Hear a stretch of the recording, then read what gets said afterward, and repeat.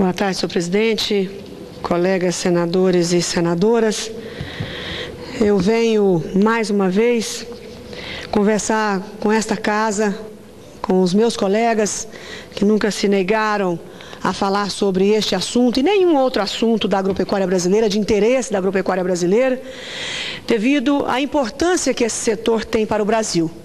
Eu não me canso com orgulho de repetir que o agronegócio brasileiro responde por mais de 40% das exportações do país, ajudando e sustentando a balança comercial brasileira, fazendo com que o país, o Brasil, pudesse ter saído da crise que todos os países enfrentaram e enfrentam ainda, e nós pudemos sair dessa crise com mais pressa, porque nós tínhamos um colchão de reserva das nossas exportações.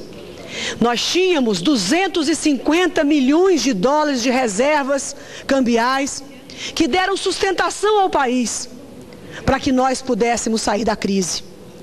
E o balanço das exportações e importações brasileiras é positiva nos últimos 10 anos, graças ao agronegócio brasileiro, que é superavitário em 25 milhões de dólares por ano.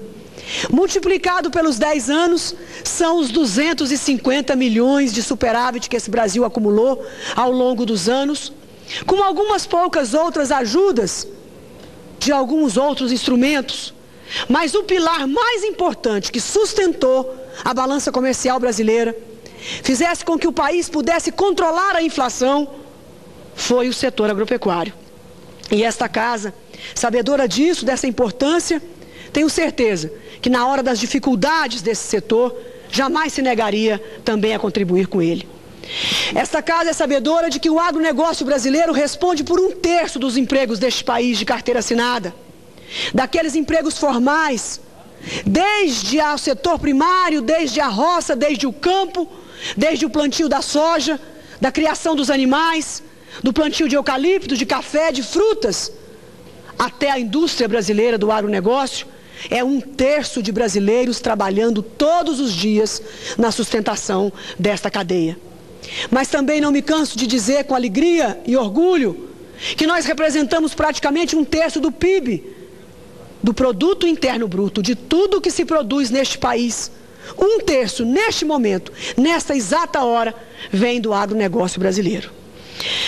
Senhor presidente, nós estamos em vias de votar nessa casa, iniciando pela Câmara dos Deputados, a atualização do Código Florestal Brasileiro. Um Código Florestal Brasileiro que foi criado em 1965. Há mais de 40 anos este texto foi criado. Há 40 anos, senhor presidente, que o Brasil era um outro Brasil. O Brasil era importador de comida cara, importador de petróleo, petróleo caro. Mas nós tínhamos o café, senhor presidente, o café de São Paulo, o café de Minas Gerais, naquele tanto, em 1960, sustentava a balança comercial brasileira. Mas houve uma época de que isso não foi mais possível. O café não suportou mais a balança comercial e nós fraquejamos. E houve uma decisão política importante. E a Embrapa, instalada em 5 anos, 16 centros da Embrapa, com Alisson Paulinelli à frente, numa decisão política memorável, decidiu que o Brasil não ia mais comprar comida cara de outros países. Nós cansamos de tomar leite da Europa, cansamos de comer carne da Austrália, cansamos de comprar feijão do México e até arroz das Filipinas, 26 horas de voo do Brasil. É o lugar mais longe do Brasil e nós já comemos arroz das Filipinas.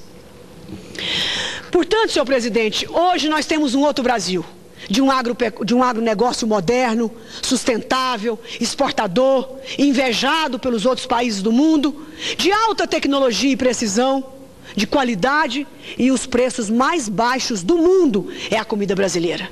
Por isso que no Brasil se come 36 quilos de carne por ano um brasileiro. No Peru, senhor presidente, um peruano come 2 quilos de carne por ano. E assim nós temos países que não chegam a 1 quilo. Apenas a Argentina e o Uruguai comem um pouquinho a mais do que nós por ano. Mas ninguém supera a compra de carne pelo consumidor brasileiro, porque o preço é barato, porque os grãos são baratos. Há 40 anos atrás, senador Vicentinho Alves, do meu Tocantins, o salário médio de um brasileiro era gasto 48% dele com comida. Lá naquele tempo da comida cara, da comida chinesa, da comida europeia, da comida australiana e mexicana. Hoje, este mesmo brasileiro, que ganha seu dinheirinho suado no final do mês, gasta apenas 18% da sua renda com comida. Este é o retrato da agropecuária brasileira. E hoje, senhor presidente, depois de tudo que este Brasil fez, que a agropecuária não é dos produtores rurais, o agronegócio é do Brasil, é dos brasileiros, um patrimônio nacional, é questão de Estado.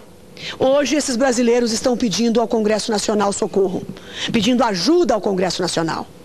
Porque nós temos algumas pessoas, meia dúzia de pessoas, que não têm o compromisso devido com este país, que está pedindo que hoje os produtores rurais possam arrancar o arroz, o feijão do chão, o café, a cana-de-açúcar, que diminuam a criação de gado para plantar floresta nativa.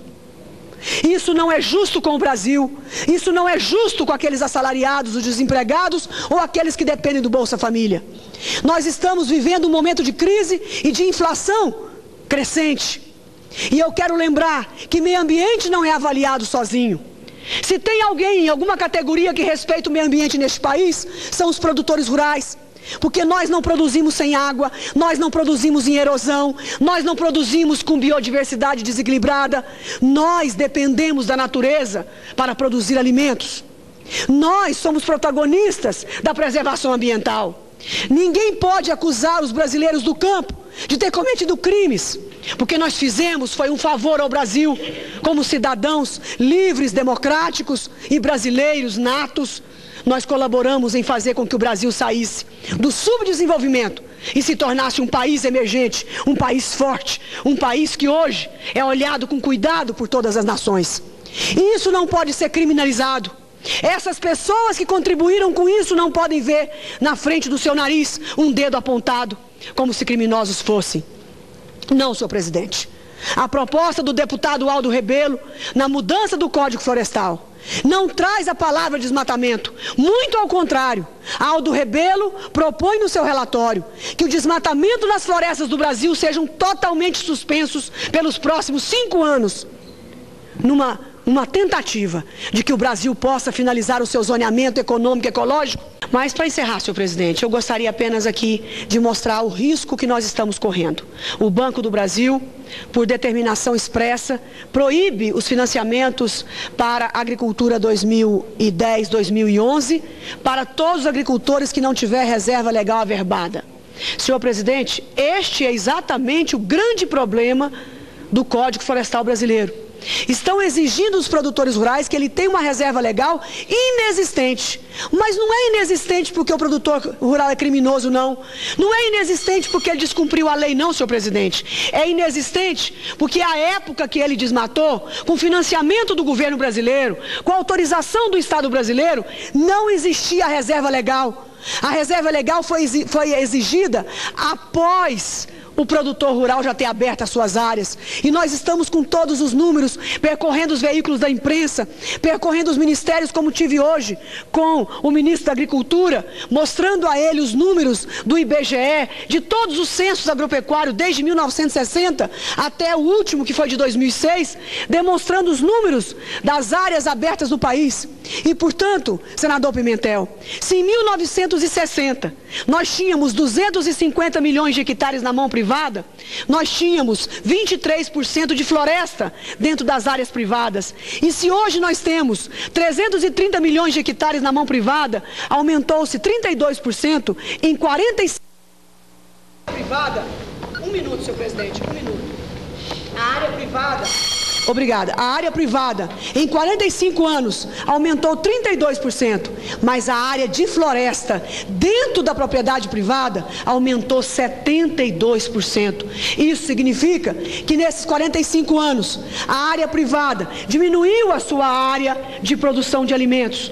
E se assim continuar o Código Florestal, sem uma reforma, se nós não estancarmos o desmatamento, mas também não estancarmos a questão do acréscimo e a diminuição da área plantada, nós deveremos ter prejuízo na produção do agronegócio brasileiro. Próximo. E não é isso que nós precisamos. O Brasil tem 850 milhões de hectares e nós temos apenas 230 milhões de hectares em produção de alimentos.